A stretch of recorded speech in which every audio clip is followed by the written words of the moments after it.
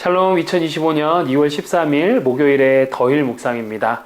예수님에 대한 오해와 이해 사이에서 라는 제목으로 함께 나눌 말씀은 누가복음 2장 48절에서 50절입니다. 그의 부모가 보고 놀라며 그의 어머니는 이르되 아이야 어찌하여 우리에게 이렇게 하였느냐 보라 네 아버지와 내가 근심하여 너를 찾았노라.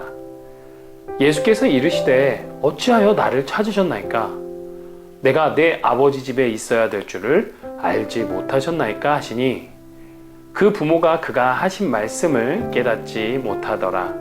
아멘. 여러분, 예수님의 소년 시절의 이야기입니다. 탄생과 공생 사이에서 그 어린 시절과 성장 과정이 유일하게 누가복음에서만 소개됩니다. 예수님은요, 잘 자라고 있습니다. 강할 뿐만 아니라 지혜가 충만했다고 합니다. 게다가 성령께서 함께하고 계십니다. 시간이 지날수록 하나님과 사람에게도 사랑스러워 가십니다. 그런 와중에 오늘 본문 이야기의 발단과 전개는 이렇게 됩니다. 예수님께서 12살 되는 해 벌어진 일입니다. 유월절을 지키기 위해 해마다 요셉의 가정은 예루살렘에 올라갔습니다. 이스라엘 백성이라면 당연히 지키는 절기의 관습이고 문화이고 또 전통이라 할 수 있죠. 절기를 모두 마치고 돌아가는 길에 예수님은 가족과 떨어지게 됩니다. 그리고 우리는 본문을 통해서 당시 문화를 더 잘 짐작할 수 있게 됩니다. 친척과 친구들이 이루어진 확대 가족이 이 당시엔 모두 어울려 살았습니다.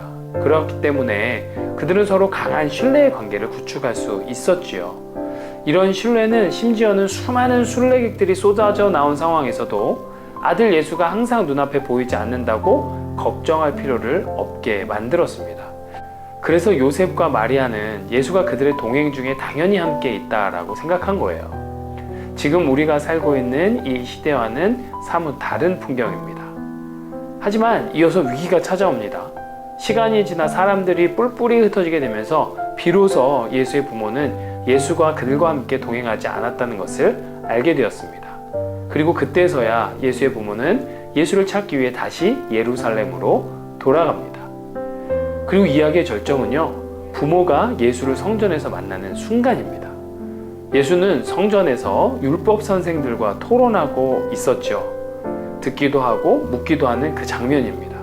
그리고 본문은 듣는 자들이 모두 예수의 대답에 놀랐다는 내용도 전하고 있습니다.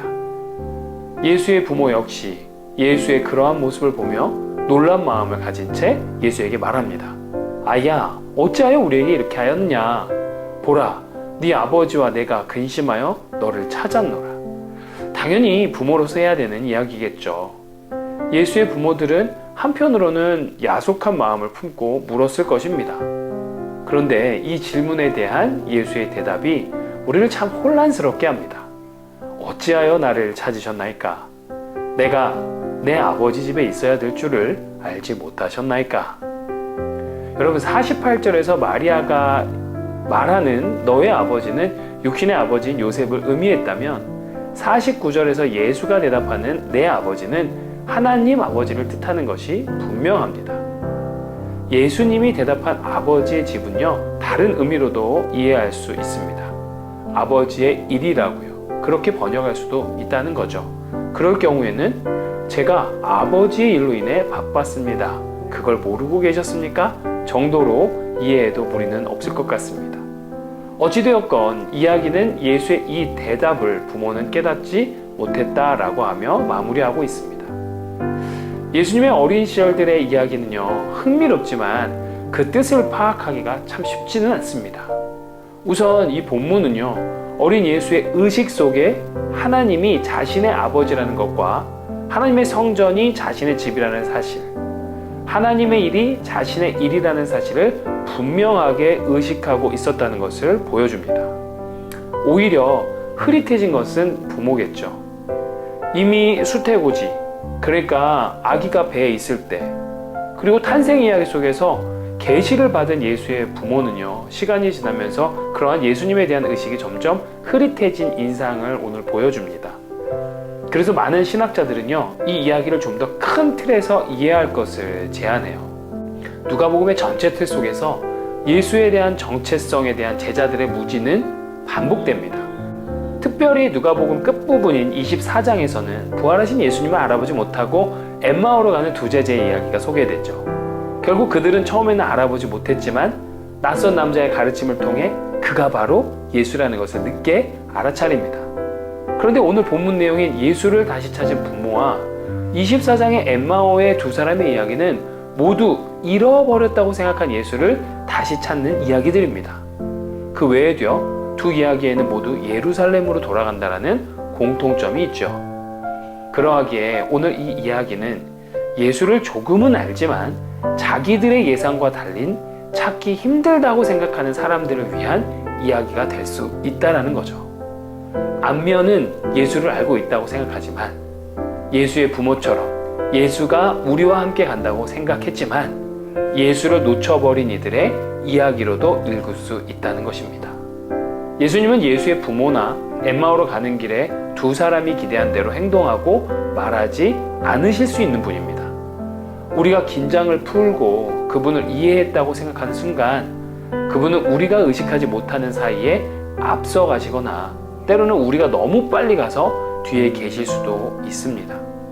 우리 신앙 여정에는요, 언제나 이런 일이 일어난다는 거예요.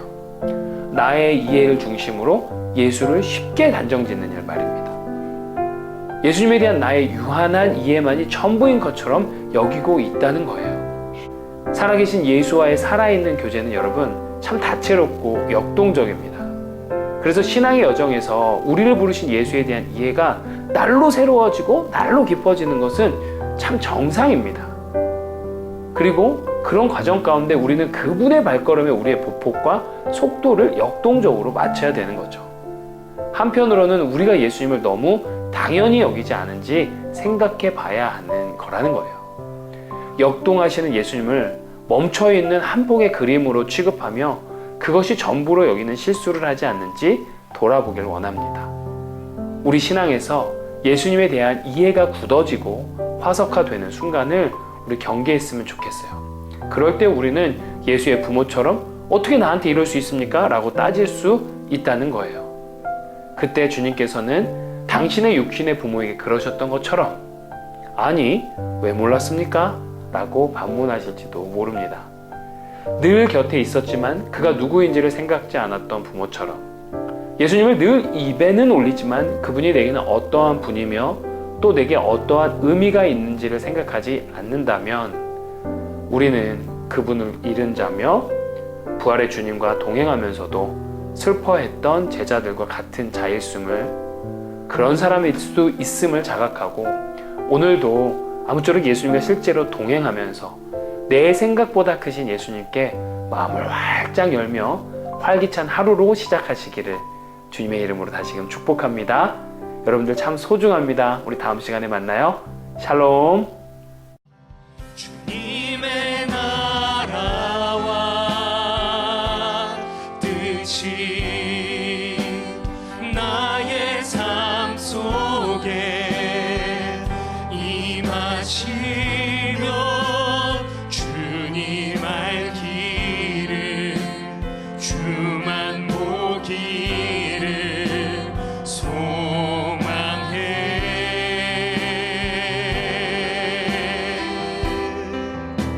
거룩히 살아갈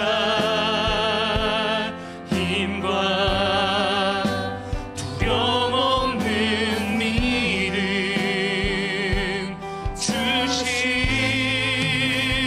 나의 하나님 완전한 사랑